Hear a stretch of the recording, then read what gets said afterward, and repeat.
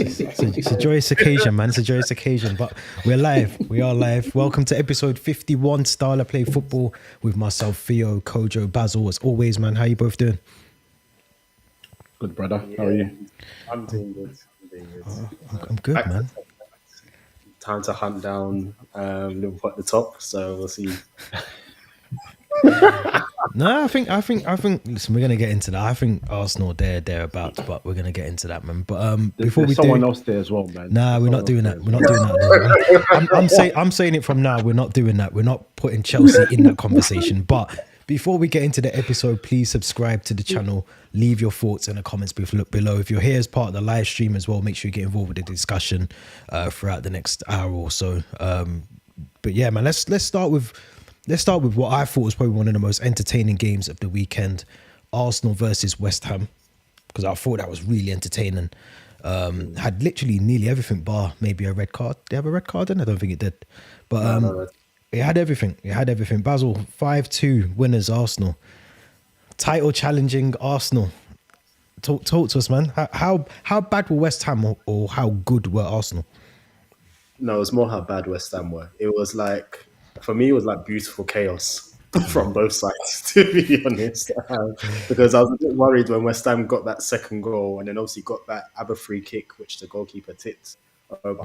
But I'll say this quickly before I go into Arsenal West Ham. I'll say Raya, I think, did poor for the second goal, for the free kick, because his positioning for me was very, very poor.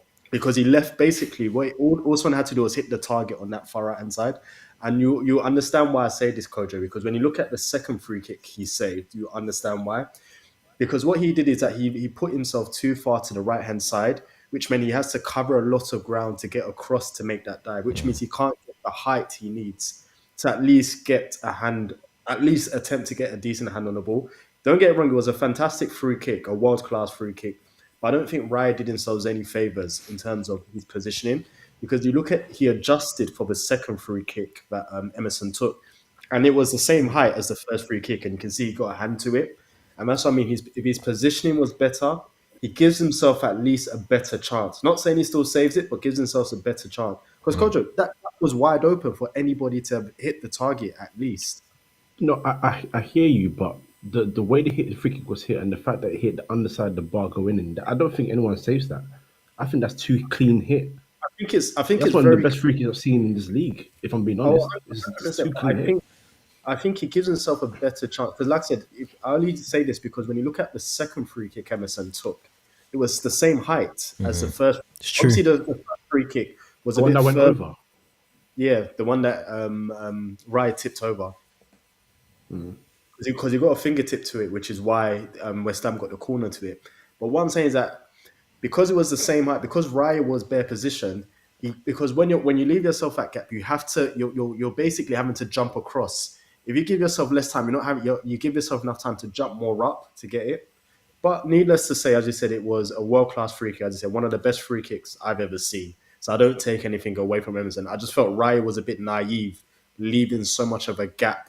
Because for me, that free kick didn't need to be perfect for it to go in. But at the same time, I won't speak too much on Arsenal because I think West Ham kind of made Arsenal better than what they were just because they were that bad. Arsenal were very good in terms of how decisive they were in the final third. But at the same time, West Ham did not give themselves any favours with the way they defended, with the organisation. The midfield of West Ham were all over the place. And I think Lopetegui is in danger. I think he's probably got another 4 or 5 games to save his job at that club. Less than that. Do you think less? Yeah. No, I'm not even being Honestly, horrible. I thought this game would be the one that sacked him. Yeah, I did. His lineup selection was because it was Arsenal. I think he could get away with it, or I think they could kind of, say, we'll let Arsenal pass because it's Arsenal. But maybe you're right. Maybe it is less because West Ham just looks so bad. And I think the most damning thing is that they've supported him in the market, which West Ham haven't really done effectively with other managers, including Moyes in the past. But this season, they got a new manager, and you can see they really supported him in the market with the players they brought in. And I think they did in a transfer market, but the manager just does not seem to know how to get a tune out of this West Ham team. So I do fear for West Ham this season if this rot continues. I'd have to agree with that. I mean, they're currently on 15 points. You know, they're not too far from that bottom three, which they have got some difficult games. Obviously, we've got midweek games this week coming up. Yeah, they've got Leicester, which is a massive game for them now. I mean, Huge. everything to play for there. Oh, even Wolves, say because you said they have Leicester and Wolves, you're actually right. Maybe he does have less than the 4 or 5 games I mentioned because if you yeah, win 2 games, then you could be out the door. yeah, I think so. Even add Bournemouth into that. They got Bournemouth the 16th of December, so 2 weeks today. They've got Bournemouth, which is good. That could be the game. I think if they don't win any of those three, or they would get 3 points out of 9, I think they might have to. And the worst thing with West Ham is they had someone, a really good manager in David Moyes. David Moyes, I'm not saying he was the be all and end all, or he's going to be the one that could, push them to the next level, but he was someone that was able to steady a ship that was always clearly not moving in the right direction at the moment. So, I think Coach, there's an issue. sorry. I think quickly this is my last point of it. I think the issue they had is that with Moyes, when they brought in players, he didn't really, especially the attacking players, he didn't really know what to do with them or integrate with them well. So you can see that like, the plethora of attacking players that came to the squad and how they were either benched or it just didn't work out because of his philosophy. So I think maybe they were looking at, well, if we kind of want to transition to a different style of play or push on, we need another manager who can work with different types of players we bring in. And I think that maybe swayed their decision to kind of go a different direction from Moyes. I agree, man. I do agree with that. I think they had to change something, but I do think maybe they could have kept Moyes. Looking back now in hindsight, I think they realised they probably made a mistake there. But Coach, I want to ask you about Arsenal's title run, their title challenge. Can they maintain this sort of form, Arsenal now, and continue in the right direction, push Liverpool all the way? Can Arsenal do it? Have they got enough about them? One of the things we spoke about a lot on here is goal scorers. They need a goal scorer, but they are finding other ways to get their goals, whether that's through Havertz or through Odegaard now, who scored at the weekend as well.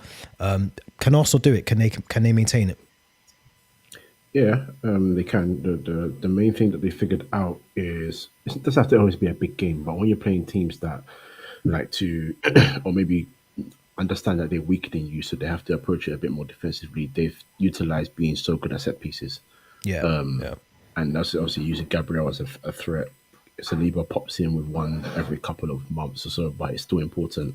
Havertz is tall. They've got tall players. They've got effective players. Saka whips it in from the right side, Rice from the left side, crosses, set pieces. And when it comes to unlocking as well, obviously Odegaard being the chief creator, they get him on the edge of the box for most of the passes that need to be slipped into the box. Whether that's Saka making a run for the right side or Martinelli on the left side, and then obviously Martinelli, you don't know what he's going to do with the ball there, but at least he's in a position to create something. They've clocked that formula and they're making it work. And if you look at the Trossard goal in particular, that was the one, because once they had West Ham's backs to the wall, they needed to find something to unlock the door. And then once they got that pass through, it was just a case of passing it through and tapping it in. I don't know if teams are just not clocking it or if Arsenal are being very intelligent at set pieces, but if it's a plan beforehand of them targeting the guys who are the worst at marking in those games, then they're doing a great job. Because I'll tell you this for free.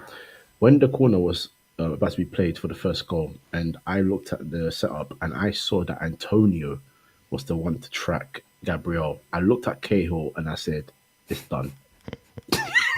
Because I'm going to be very honest. Antonio has, and the reason I'm going off on Antonio is because he's obviously had a history of recently being on platforms and criticizing other footballers, whether it's a joke or not, criticizing other footballers. This is a guy who's played as a right back, a right mid, and a striker, and he's not been good in any three of them. I'm just going to call a spade a spade. He doesn't score goals. He's supposed to be a striker. He played in defense, can't defend. Played in midfield, can't pass.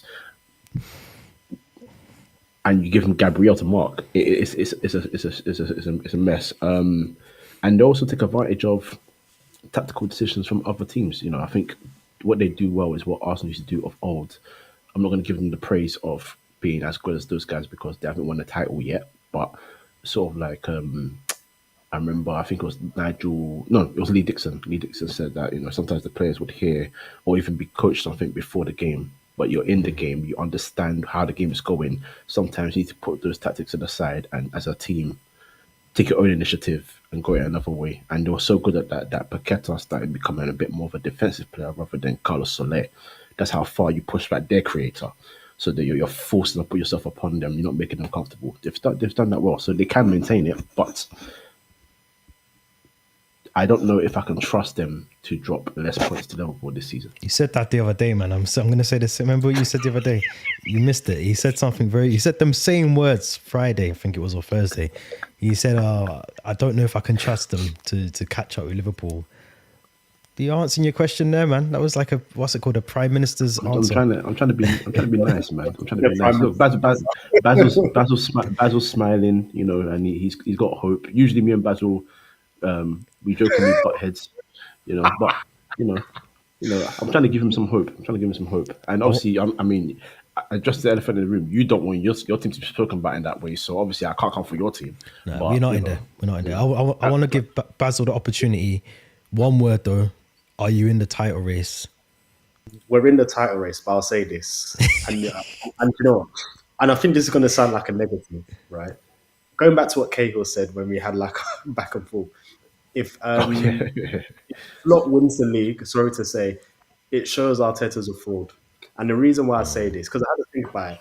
Now, the reason I say it, I know because Kay was saying that place, but the reason why is because Arteta's had years to build his team and flopped at two occasions to win the league. The way Arne Slot, obviously we get to Liverpool at some point, the way he set up against City and the tactics and the way he took the game to City, perfection. But the reason why I say it is because Arne Slot has come in, it's not his players. He hasn't had any addition to the squad because I don't count Jesus because he's been injured for the majority of the season. And obviously, if he's able to come in and work with players who are not his own players, who are new to him, and win a league in his first season, is damning on Arteta, who's had his players and built his team over the last 3-4 years. I would like to argue against that because I don't think there's situations. I know you're not saying that, but we have to think about it. Their situations are not the same. Wow. Slot has come in, and yes, it's his first season, and he has to work with players that are not his. It's not his squad. They have to get used to a new approach, a new style, everything. But I would caveat with he's got a damn good squad. The thing that Liverpool kept, you still got to make it work, though. You still got to make it work. Listen. Again, I take that point. I'm not disagreeing with that. But what I'm saying is the squad that he's walked into has still kept its core. He's got a top class centre back there. He's got a built midfield already. He's got the top player in the league in Salah. He's got a top right back. He's got a left back who on his day is brilliant, but obviously he's been off form recently. When they lost two of their front three, they added many attackers. So you've got a variation of options. That's why he was able to mix it up with Jota first, then Nunez, then Gakpo, before realizing, no, Gakpo is not a midfielder like Klopp tried to put him. He's a winger. We're going to put him back as a forward, game his positions. He has to make it work, and he's made it work. And that is to his credit. You can use that against Arteta if you will, but it's not a bad. No, it's not a bad squad. It's a great squad to work with because they understand where they are. They've been in this kind of position before where they challenge. Now, when it comes to Arteta, again, it's not an excuse, and he has built a squad, but he's had to build that squad over time because admittedly you would know that your team was nowhere near good enough. It needed changes. So what I'm saying is, yes, you can criticize because you will look back in the season. If you don't win the league, we can even come back to this period of time where you say, why were Arsenal 9 points behind Liverpool so early in the season in December? We can ask that question because we can argue you've dropped some points where you shouldn't have dropped points. Absolutely. I'll tell you why. But he's got a lot more work. He's had a lot more work to do. I'm not saying that to excuse the season. This season is his fifth season. Me, I'm a 3-season person, so he's even got 2 more years on top. So he should be trying to get that league. But the team he's going up against is one of the teams that has been competing for titles. They've changed their manager, but they haven't lost the essence of what makes them good. Now, if he had come in next season and they had lost Salah, they had lost Trent, and maybe Van Dijk, I don't think he sees the success. Those 3 guys there I don't know, are man. huge, especially Salah. Because Salah's goals, take away Salah's goals this season statistically, they're 13th. This isn't I'll tell you Slot coming what, in and doing an amazing job. Liverpool haven't been electrifying throughout the whole season. That man in particular that plays on the right wing has been a monster. That's the difference here. And unfortunately for you, as good as some of your players are, you don't have that monster. That's a problem. I'll tell you why you're wrong there, Just how I Kojo. see it. Just how I see Yeah, it. the reason why you're wrong there because who's finished above who over the last 2 seasons? That's I what know. that's what Again, people don't factor because when people use those excuses, I'm like, hold on, but Arsenal have been better than Liverpool the last 2 seasons. How can we then justify a man coming in with a team that's been lower than another team and then winning a league, being able to win a league in You his can't we first season? can't be that close and so far away no, from it. because no, because you Do you you, know what I you mean? you haven't because you guys haven't done it yet. This is the thing. You haven't done it yet. You can't expect a team. Unfortunately, this is just reality for me. Look, every team that wins their first title, like City did, like Liverpool did after 30 years, that's when you get that taste of officially winning it. Then you know what to do. Liverpool have had this period of time where I've even mocked them for saying it's a rivalry between us and City, but you won the league, then you finish behind Ole Gunnar Solskjaer's Man United, you finish behind Jose Mourinho's Man United. So it's not been a back and forth, but they've still got the players in there that have had the experience of winning it. So when slots come in, what I'm trying to say is he's come into basically a joyous squad where he can work with what he's got. Now, yes, you have finished second twice in a row, but the one thing I've always said already is you guys, for me, in those 2 years, were just not ready for the challenge. You still weren't ready. You were close to the Art City last year, but you still don't know what it takes. Liverpool had that year where they won 25 games in a row and it was so clear that no one could touch them. And they've still got the essence of that team. They've still got the key man in the back. They've still got the key man on the right. They've got one of the best creators in Premier League history there. They've got the best goalkeeper there, even though he's injured. They've got a backup now, but the backup's good. They've got Robertson still there. Like the essence is still there. You guys, absolutely yes. The pressure should be on to say yes. Look, you've built a squad. You've been here 5 years now. Work it, make it work. Absolutely. I'm not again. That's why I said I didn't disagree with what you guys were saying. I'm saying we need to also factor other sides into it. It's not a case of me saying, "Oh, you're wrong." It's me a case of saying, "I understand what you're saying," but I think we need to be a bit more. It's not even about lenient. It's just been a bit more fair. I don't like the word of the. I don't like the use of the word fraud. I think fraud is too harsh. I think he's just not as good, unfortunately, I'm going as with the other fraud, ones. but I know you are. I know you are. I know you yeah, are. he's right though. But No, look, he's right. He's right. But you're both right. You're both right in aspects. But I get where Basil's coming from. I do because absolutely. I think when you look at the way how much time Arteta has had, the excuses have run out now. So if he doesn't do it, if he can't do it, and I've been saying this for 2 seasons now, I don't think he is the man to do it. But he is fraudulent. It's fraud. It's fraud. HMRC should be looking into this because it's fraud. Do you know what I mean? This is proper fraudster going on. But I do agree with Kojo as well that Liverpool do have a team. You know, if you take out Salah, then yes, of course they are 12th, 13th in the league. So that matters a lot because, you know, without Salah's goals, you know, Liverpool might struggle. I watched Nunes yesterday, Jota, Diaz. They're not Salah level. So, you know, you take out someone like Salah, it's a massive blow for them. But Arsenal have been closer than Liverpool in the last couple of seasons, so they have to be in the running for me. They're the ones I think will run. I'm going to say this. I'm going to say this bit with my chest though. I do think Arsenal will run Liverpool for the league. Nah, we're not. Listen, we're going to talk about Chelsea another time. I think we don't want to talk about Chelsea today. I'm going to make this a United Arsenal because you know, I'm being serious. You two both playing each other on Wednesday. I also want to talk about Villa yeah. too. You want to talk about who? Villa and Emery, to be honest. All right then. Okay. Well, let's quickly talk about Chelsea then. Let's quickly talk about Chelsea Villa because it was. Let me ask you the question, Basil, because I feel a lot of praise, rightfully, has been given to Unai Emery over last couple of seasons or so. He's done really well with Villa. When he got there, they were 17th. He got them back into the Champions League. Is it just a case of burnout from last season and also the fact that now playing, you know, Champions League football, they seem to be struggling, like doing the dual fixtures, you know, running and flying away and playing football in Europe and then coming back and trying to cope with the league. I don't think they're coping with it as such. Theo, I hate the dual fixture excuses, right? Because it's only something that's become apparent over the last, I don't know, 5, 6 years. Like clubs have been doing it since whenever, right? And back in the 2000s, no one was really complaining about it. Clubs were just getting on with it, and it's now we're kind of using it as an excuse. I look at how teams perform, right? Sometimes you can tell when a player's tired, but I look at it and I say, hold on, tactically they're set up wrong. Performance wise, they're just not at it. And the first thing we look at is like, oh, because they're doing champions a midweek, and it's But not. but is a squad depth an issue then? Is that an issue for Villa? But then sometimes I look at the setup and the tactics and say that's more a managerial thing rather than, because sometimes you look at a game and you can understand when players are not at the race, you can see the fatigue. But when I look at the setup and how they're playing, and even some of the mistakes that we're making at the back, that's not based upon the fact that we're playing midweek and then again in the weekend. That's just poor setup and just poor from the players overall. Like I said, I think Emery is a good manager. I think people have just gone overboard with their praise for him. Some of the pundits were saying he's the second best manager in the league behind Pep, which I think is outrageous. That's wild. No, that's wild.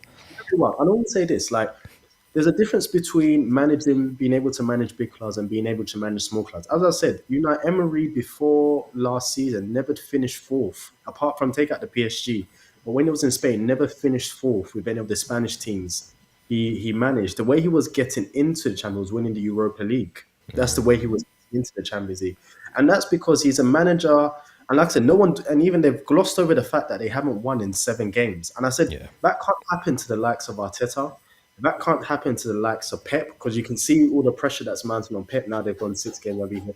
Can't happen with Amorim. Can't happen with Arne Slot. But somehow we can gloss over it with Emery. And the reason why is because it's easy to manage clubs where the expectations are low. Because then it's like Villa are not supposed to be where they are. If Villa finished 8th this season, that's considered a good season for them because that's their level. So what happens is that he's good at managing clubs where the expectations are very low and can kind of overachieve. And when the expectations are high and you need to achieve something, that's when you realize he's not as good. Because for me, he's not a front foot manager. The way he sets up, he's very kind of disciplined, very like keep it tight and try and hit teams on the count on the small opportunities, which you can't do at big clubs, which was his biggest issue at Arsenal. People said he needed time at Arsenal. He had all the time in the world. But when you look at his approach play at Arsenal, we played like we were literally a Southampton, literally trying to sit back and hit teams on the counter. Same as when he was at PSG. They weren't happy with him at PSG.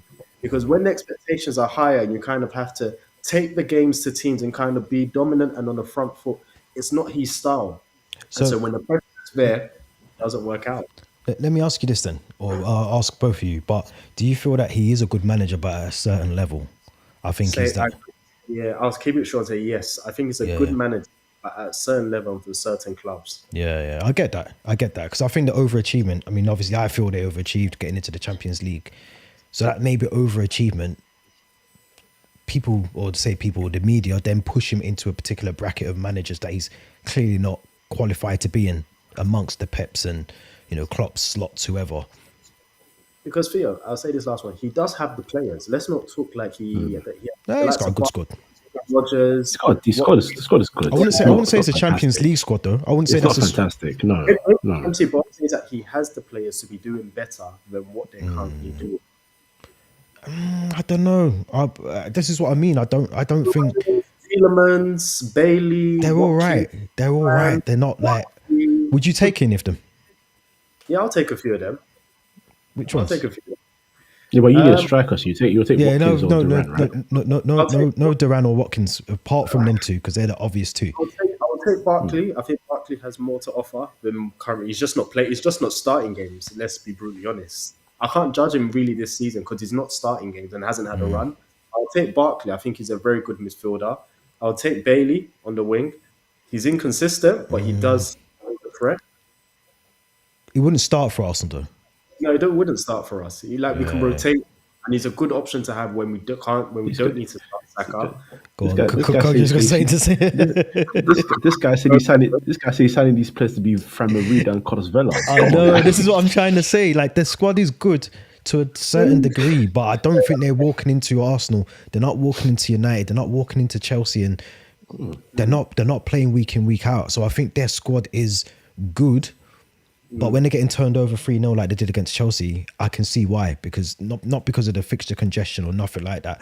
I just don't think I think they've played above their ability for a while. And the media's expectation is that they should be sustaining, they should be going far in the Champions League because they got Unai Emery at the helm, or they've got a Duran, or they've got Ollie Watkins, and they're good, but they're not. I mean, Ollie Watkins missed a sitter. He missed 2 sitters on Sunday. Duran's gone quiet, man. He's not getting a game time. I think if he had a run of games, like a full run of games, I think he'd be. There's a question mark whether he actually takes Ollie Watkins' starting position in that team. He just doesn't get to run the games to prove himself. And when he was starting the season, he was coming on, and I hate using this term, but he was almost like a super sub, where he'd come on and he'd bang the goal. And when you become that kind of player, it almost probably casts a bit of doubt in the manager's mind. Oh, I might use you as do you know what I mean? The Solskjaer. I might use it as the Solskjaer in 2024. But what do you think about Chelsea, Kojo? Come on, you keep bringing it up, man. You brought it twice, title challenges. Let's get it out. Let's get that out of the way before we talk about some of the other games. No. Look, I think I was just like everybody else. I just sort of wait to see how he uses the squad, because you got a load of players, don't you? But it seems like he's got a good rotation with the players, that they seem to understand where they should be and what their role is. And I think that's the most important thing. That's why you're getting results. I think he's established that quickly. So when we were doing the podcast earlier in the season, we were hearing stories of him sort of like telling 10 players, you're not part of my plans this year, you're done. In hindsight, that's actually kind of worked out, because at least everyone knows where they're supposed to be or where they're going to be, so the standard is set there, and he's getting you guys playing, you're scoring goals. Again, yes, there's a lot of things to be worked on, a lot of things to be improved on, but you're there at the moment. Obviously, I'm joking. I don't think you'll win the league, but you're there right now, and that's the most important thing. Because no one expected Chelsea to be here right now. To be quite frank, I didn't think you'd be second, third with equal points with one of the title challengers. But I think that goes back to the point about City being poor as well this season. United, I thought would do a bit better this season as well. I want to not that I want to refute that, but look, the thing is, you can't help how other teams perform. You just got to do what you got to do. Yeah, of course. And you guys are doing what you're supposed to be doing right now. So City being out of form is a City problem. It's not a Chelsea problem. It's not a Liverpool problem. It's not an Arsenal problem. And that's the main thing here. As far as you're concerned, you keep trying to win your games, collect results. You're gonna win every week, but as long as you're consistent enough, who knows? It could be a Champions League season where you just you finish in the Champions League spots. A good season for that. You could go into the Europa League spots, but it's an improvement. You can see an improvement in Chelsea. You can see an improvement in Jackson. You can see an improvement. 100%. In some of the other players that were getting better. So I'm just saying, enjoy it, because I know it's a thing of like, we're going to be cautious as fans. We've seen how this has gone in the last couple of years. Keep telling you, we've had 2 years, I don't know if you really realize how long we've had 2 years of this like uncertainty, chaos upstairs, downstairs on the pitch, all that. It's been chaos. So I think Chelsea fans are going to be a bit reserved in terms of even top 4 talk is a bit mad at the moment, because things can change very quickly in this league. We know that. Yeah. And, you might see City go, I don't think it's going to happen, but City could go on a mad run and just go unbeaten for the rest of the season. So, Nottingham Forest and Brighton, they're kind of there or thereabouts, aren't they? Or Brighton, one of them's there, kind of like hovering around those like European spots at the moment. They might go on a good run and actually sustain Europa League. So I did want to shout out Caicedo for the game yesterday. I thought he played amazing. He's someone that obviously was criticised a lot by the pundits last season for obviously his butchered move to Liverpool that didn't happen, or the particular pundit in question. But he's proven himself, even at right back. Yesterday he played a sort of right back hybrid role, inverting in, and he done it well. Gusto on the bench. I was worried. I was thinking, this Maresca guy, you might have got this one wrong, bro. Please don't do. Not today, man. I want to enjoy my Sunday. But he got it right. He got it spot on. And Caicedo has proven himself week in, week out. Cucurella as well. Very, very good fullbacks at the moment. Yeah, I agree. I agree. I don't want to talk on Chelsea too much. I don't want to talk on them. I want to skim past them very quickly. But I do want to talk about Leicester, because Leicester took a drumming. They took an absolute battering from Brentford, 4-1. obviously Ruvan Nisroy was at the game but wasn't in charge of the team. I think he's due to take his first match West Ham. tomorrow. Is it tomorrow or Yeah. Wednesday? West Ham, yeah. One of them, yeah. Yeah, is it tomorrow? Yeah. Basil, Yeah. what is happening with Leicester? They're just not ready for the league. And do you know what the funny thing? Because sometimes when teams go down, people expect them to come back up and kind of pick up from where they were before the bad season that they had that takes them down.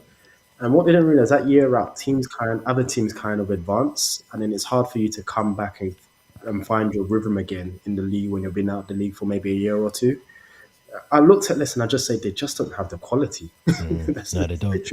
They literally just don't have the quality to sustain a run of games where they pick up results and stay in the league. I think they'll go down. And yeah, they were just defensively, they were just all over the place. Absolutely. And this isn't even the first. I think they've just been so bad defensively throughout the season. And one thing I realized, especially these teams that come up, the thing you need, apart from a threatening attack, is a defense. And it's always been the things that has let teams down. Like you look at Luton last season, when they were starting to pick up points or looking threatening, their attack was looking quite good. They kind of found their rhythm and their attack were kind of gelling together. But defensively, they were all over the place, and that's what let them down as the season went on. And even when teams are performing well, they kind of know, well, if your defense give us an opportunity, because we've been here for so long in the league, we're going to take it, which is what Brentford showed yesterday. Oh, yeah, Brentford showed on the weekend on Saturday that our experience count because we have seasoned Premier League professionals who, when opportunity comes, they know what to do. And that's literally what happened yesterday. And yeah, I fear for Leicester. I can see them go. It's not looking good. And I do question whether Ruud van Nistelrooy can turn it around just because of the quality of players he has to work with. So it could be a difficult job for him, but we'll see whether he can use the experience of working at was it PSV he was at PSV, yeah. PSV and United. We'll see whether that experience can count for something and whether he can kind of work his magic at Leicester.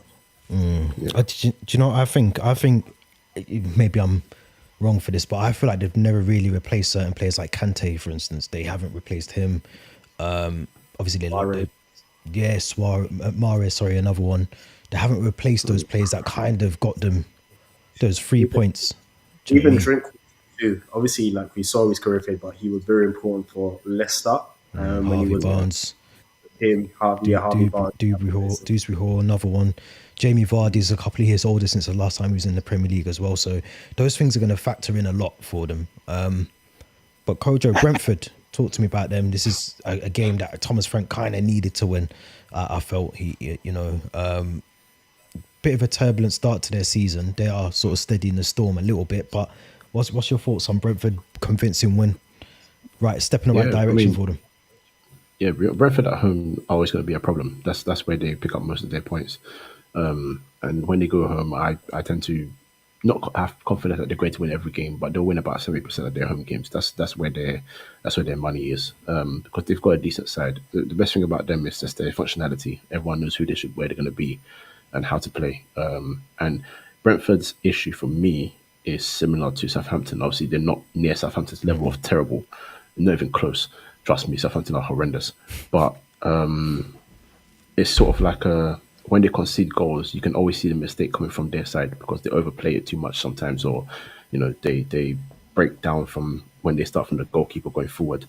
But when you've got Mbeumo and Wissa at home, you always create chances and get goals. And even I didn't realize Kevin Schade was out for that long because I don't really see him do a lot for the team. But getting a good hat trick on his first game back is a confidence booster for sure. And it also means that they've got another threat there. I think their biggest concern was how do they move on from Tony, and that's probably what they're still building on from. But Wissa's quite underrated. I'm not saying he's a top striker by any chance, but he gets quite a few goals for them, especially at home. His home record is great. He's an important player, and then Mbeumo over the years has started to improve his output a bit more. My one criticism of him was he was He didn't have good end product. His shooting was a bit wild. His passing was a bit all over the place, but he's improved over time. And they need those two in particular. If Shade can add to that, that's great. Damsgaard looked like a good young player coming. I think was it Euros 2020 or 21 rather. And he was looking like a good young talent, but he's sort of fallen off a little bit. But it's these guys that will get them the points here and there, and then they can work on what's behind them. But yeah, Brentford at home tends to be money most of the time, so I wasn't surprised that they won that game. If I can just quickly say on Leicester, this is not even a lack of confidence in Ruben Amorim, but when he was linked to the job, the first thing I said is, please no, this is a sinking ship. Don't do this. They lack some. You guys said it, they lack quality. And if you look at that defense, again, you know me, I don't like to single out individuals unless I am completely convinced that they are the reason for the downfall. That fake David Luiz at the back. See him? Do you know what? I've never liked him. You know, I can't remember. Terrible. He reminds me of David Luiz, but the first generation David Luiz, the one that you just didn't know what was going to happen. Very unpredictable. He might actually defend. He might defend for 30 minutes or 90 minutes. You're just not sure. He reminds me of him so much. It's unbelievable. At least David Luiz was good on the ball and he could whack a shot and he was good at set pieces, going forward and stuff. This guy does not do that. Bro, he just reminds me of like a 10-year-old David Luiz trying to learn the game, but still doesn't know what he's doing. He's shocking. That guy can't be a centre back. But then again, he can't be a player. I just don't know what he is. He's poor. He's unbelievably poor. So yeah, man. As long as you have him in the back, he ain't winning a damn game. I'm sorry. No, I agree. I have thought that about him all the time, but I've never. I thought I was on my own with that one, so I've kept it quiet to myself. Let's move on because I want to talk about United, Arsenal in the week as well. I want to get your predictions and your predicted lineups for that before we wrap up. But I do want to talk very quickly about Liverpool, Man City.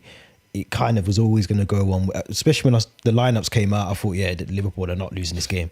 But 2-0, Pep was rattled to the point where he was like pantomime season was early. Yeah, I've never seen Pep. I mean, obviously I've been running through the six with my woes. He was rattled. Listen. Pep last week was on top form in his press conference and whatever he meant by his comments in that, but I've never really seen him like get the fans get under his skin like that. But really good performance from Liverpool. They started the game well. They controlled the game. Basil, what did you think about the lineups? First of all, was he shocked that Ederson was dropped and Ortega came in? I wasn't shocked Ederson was dropped because I think he's been very poor this season. I guess my only shock was who we started with. Rico Lewis was playing like right wing and roaming. Like for me, I've never rated Rico Lewis. I only think he's there just to make up the what's the thing you need the quota, English players. The quota. And obviously, I've always said when players are utility players and don't have a single position or single specialism, just dash him in where it works. Even when you leave the club, because then what are you? And that's why I find Rico Lewis. I don't know what he is or what he really offers at City squad. And so he was playing. So at first, I couldn't figure out where he was playing, but then I realized because I was watching my brother, realized he was playing like the right wing, but roaming all over the place, but lacked quality. Wasn't assured on the ball, was losing the ball. Lack of forward passes was a problem. He'll get turned back and play it back. And then Phil Foden was doing his missing act. Haaland had no service. Gundogan's not the same. Bernardo Silva in the central midfielder, he looks like he's fallen off over the last few months performance-wise. He just does not look the same player that he used to. So I think from midfield onwards, I think Pep got it wrong. And there was no one really to penetrate or go in behind that City defense. There were times they were trying to fling it over to Haaland and he was just being dealt with easily with Van Dijk. The Pep's lineup didn't shock me because that's Pep. He tinkers with his lineups all the time. So him dropping players or starting some players doesn't shock me. What shocked me was just how badly they played. Liverpool absolutely dominated them for the majority of the game. I think the first 15, 20 minutes was extremely worrying for me because Liverpool would have had 2 or 3 goals if they took some of their chances in that first 20, 30 minutes. Liverpool pressed them aggressively. I mean, it was the first time I really didn't see City confident in the ball in terms of playing around a team. Liverpool pressed them aggressively. Liverpool then controlled possession, which I've rarely seen any team do against City. And so for me, those were the biggest surprise. I thought we were a lot tighter than I thought it was. And for me, it just shows how, yeah, Pep is struggling to get a tune out of these players. And I think this rut of not winning games for City, it may continue for a while further. So I actually do worry about City because I can understand losing game, but it's the manner as to how they lost the game, which for me was very, very worried. It was very comfortable for Liverpool. It was too easy. It was way too easy. And like you said, they could have easily had 4 goals in that first half. It was just too easy. They were walking through the midfield. Gundogan 34, Rico Lewis, like you said, another sort of just bull in the china shop kind of approach to it. Didn't really have a purpose on the pitch. It didn't look good for them. Kojo, Salah, the main man, Trent with his passing yesterday. I mean, some of the balls that he was feeding through to Salah, and they're not easy passes at all. These are like world-class passes, splitting the defence open. I feel like this might be Liverpool's league to lose. We've said it a couple of times in the group chat now. Arsenal's going to be there or thereabouts. Let's caveat with that first of all, but and some other clubs, but West London Blue. Shout out Konami and Pro Evolution. No, it is their league to lose, but what they had to do, they didn't have to do anything sort of like, they didn't have to overthink things. Again, it was done. Look, right, we said it last week when we said I made the point of Ange was basically saying, look, when you play City, you have to attack them. You've got no choice. You can't just sit back and hope for or whatever. Liverpool did that. And where I think Liverpool were able to take advantage more than anything is when Liverpool and City play each other, City win games because they have to also attack back against Liverpool. You can't, when it comes to big team versus big team, and you know you can go strength for strength, you can't sit back. You cannot. It's impossible to do so. And not only sit back, but the what I think made it even better for Salah was the fact that Pep put Matheus Nunes on the left wing, which was one of the craziest things I've ever seen. Rico Lewis was lined up as a centre midfielder alongside Gundogan, but then, as Basil rightly pointed out, given the drop off drifting to the right like he does, Kevin De Bruyne do, the drop off in quality is way too heavy to even approach a game like that.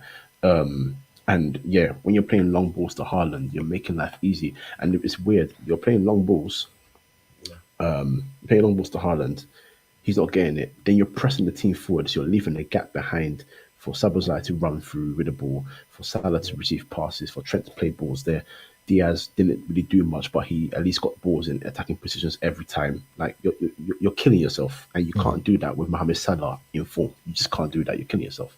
So that's where Liverpool benefited big time, and they just took advantage of it. It was that simple. And again, they didn't have to be amazing. This is the thing about Liverpool. They will attack because that's in their players, it's in their system. They go forward. They got the players to cause you so much trouble. Coach, I have a question for you, right? And I debate, right? Because when I was watching it, right, I thought the first goal, I thought it was a shot from Salah. What did you think it was, a shot or a cross? Because the way the pundit was talking about it as a pass, I looked at it and I was like, that's a shot that Diaz. I think Salah. I think it's weird to say it's a bit of both, but when you look at the replay, when they did it slow, he's whipped it and it is going towards that corner, but he's also looked up to be like almost like if there's someone in there, they can get a touch onto it, because you have to put in a dangerous area in the 6-yard box when you're playing a team that's very uncertain about their defending and their positioning. If you can just get into an area, just needs a touch. Just need one player to touch it and knock it in. It's hit Gakpo on the leg. He hasn't finessed it with his boot. He hasn't taken a touch, and he just has to get a touch on it. It's there, and it's in. And I think that's where they benefited most. So I think it's a bit of both. It's weird to say that because if you aim for the goal, you aim for the goal. But in a situation like that, also I guess as a player, you create your own luck and say, if I aim for that and the keeper gets a touch to it or the defender gets a touch to it, it could be a problem. So it could be a bit of both. But look, they made City suffer, and I think City made themselves suffer. Pep, I'm happy people are seeing this Pep. The last time Pep was this under pressure and heated was when Real Madrid won the league with Mourinho. Yeah. You see the real Pep under pressure. You see how he deals with things, and he overthinks all the time in these situations because there's no reason to have Kevin De Bruyne, Savinho or Savio, whatever you want to call him, Doku, and Grealish on the bench as a four attacking players and play a defensive midfielder on the left wing and a guy who came through the system as a right back in centre midfield. He did it to himself and he continues to do it to himself, and that's why they'll keep dropping points. And that uncertainty will continue. Foden was poor, but again, players like Foden and Haaland, they're going to thrive when your team is going forward. You're not going to thrive in a team where your initial thing is to be sort of defensive, and then play hopeful long balls to your forward and hope that one of the creators can get it. It's not going to work. So yeah, he's doing it to himself. And I'm not gonna lie to you. You said you're worried about City. Let it continue. Let it continue. I hear you, loud and clear. I want to talk quickly predictions because obviously big game coming up Wednesday. Where is it? Is it Old Trafford? Yeah, it's Old Trafford. No, it's Emirates. So the Emirates. Yeah. I think it was Old Trafford. I thought it was Old Trafford as well. It's like the Emirates. All right, okay, all right. Well, either way, still a big game. Still a big game. Right, yeah, okay. I'm gonna say lights out on United. But yeah, no. I'm gonna come to Basel first because obviously a bit higher up the league than United at the moment, in a bit more better form. What's your thoughts going into this game against Ruben Amorim's Manchester United? See, I'm not confident because it's still Arsenal. And when you look at the period again, I think, like I said, West Ham kind of allowed us to create the opportunities that we did because they were that bad defensively. I still worry about Arsenal going to game because we haven't gone through like a run of games where we've looked good. It's like overall over the last 4 or 5 games, it hasn't been great. So I don't know what Arsenal are going to get against a team a more confident team because it's a new buzz, new manager. If it was under ETH, then I'll probably go a 3-0 victory because they're that bad. But the players at United seem to be, they're not there yet. 100%. We know they're not there because actually Everton still created chances against them. But you can tell there's a new lease of confidence with some of the players, which makes them United more dangerous than they've been before. So I don't think it'll be an easy game for us. I'm still going for us to win the game, maybe a tight. I'm going to go 3-1 Arsenal. And the only reason why I say that is just because I think Everton created quite a few chances against United and didn't take some of those chances. So you can still see the frailties in United defensively. And I think just because United are not there yet, I think Arsenal should have enough to gain victory. But I don't think that will reflect badly on United personally, because I think, like I said, they're still going through a process. And so a defeat against Arsenal isn't the worst thing just because of where both clubs are. Yeah. But I still think if United gave a better defensive display against Everton, I might have come with a different prediction. But because if Everton were able to create chances against United, I think Arsenal better quality should be able to create those same chances and put some away. So I'm going 3-1 Arsenal because I still can't see Arsenal keeping a clean sheet personally. But you'll take the 3-1. You'll take the 3-1. I'll take the 3-1. I'll take the 3-1. Yes. Kojo, what are you saying, man? No, I hear what you're saying. I'm not even disagreeing because I think the first 25-30 minutes against Everton, we just allowed them. It's not allowed. They have to play their part, but you almost allow them to have better chances because you're not positionally so aware of where you should be. But once we got that first goal, they didn't pose another threat. We dealt with them defensively, and that's what I'm hoping we can do from minute 1 against Arsenal because everyone started to know where they were supposed to be and they were defending in the unit the way they should have. The thing about Amorim is I can't at this point tell you how I think he's going to line up because we'll make a prediction, but like he's already made it clear, and you can see in his first 3 games that he's not afraid to rotate.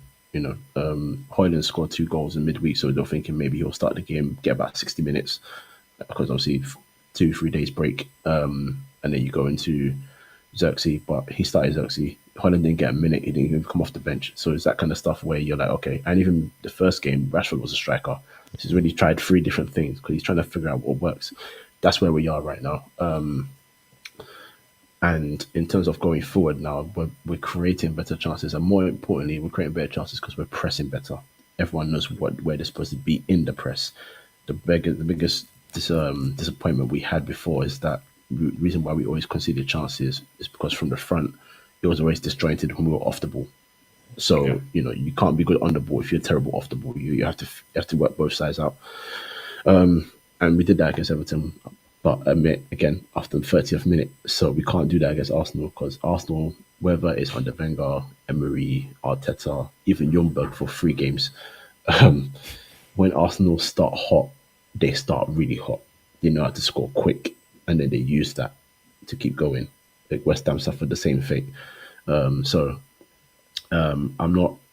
Something about confident. I'm quite relaxed about the game because I don't expect United to win the game.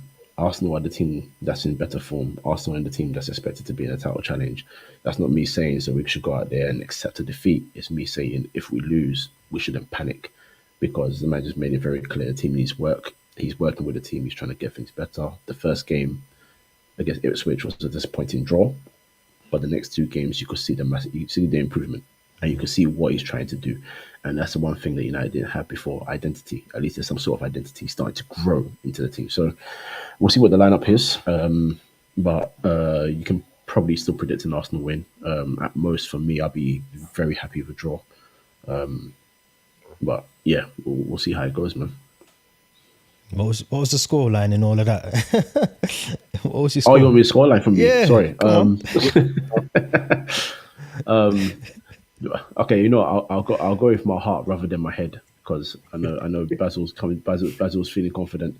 So let's derail their title race. 1-1 draw. Liverpool smack 4 and then go even more clear, 11 points clear. And yeah, man, you guys can do a catch-up draw from there. But hey, don't worry. West London Blue are still there at least. So come on. The more you say it, the more I'm starting to believe myself. But no, I think it'd be a good game. I'm looking forward to it. I personally think Arsenal will win that game. I think it could get messy very quickly if United are not careful defensively. That's all I'm going to say. I'm not putting a score line on it. I'm just saying we could be looking at another high scoring game against the two. I'll tell you what. If Dalot, and I say if, and I know it's going to happen, so I must just get used to it. If Dalot starts left wing back, we are going to suffer. I can't tell you how much I hate him defensively. Absolutely hate him. Here's some news for you today that came out, United news. It's actually legit because the person that put it out there was the first one to say that Amorim was approached by United or Sporting was approached for Amorim. Real Madrid have inquired about Dalot. We've given them a 50 million price tag. Now I want to tell you this. If Real Madrid pay 50 million pounds sterling, hell, even if they pay 50 million cedis for Dalot, the next presidential race, sack him. It's done. Don't give him it. Don't give him it. That's it. And on that note, we're ending this episode on that line right there. Please make sure you subscribe. Make sure you like the videos. A couple of people have been involved in the viewing of the live stream, so make sure you hit the like button and subscribe before you leave the video. Again, Basil, Kojo, thank you very much, man. Pleasure as always. Let's see who comes out winner on Wednesday's game. We'll be recording again Thursday, so make sure you're both here. No hiding, no running. We're gonna be here talking all things midweek Premier League fixtures this week, so we have double the episode. So make sure you tune in. As I said, don't forget to subscribe, and we're back soon, man. Thanks for watching.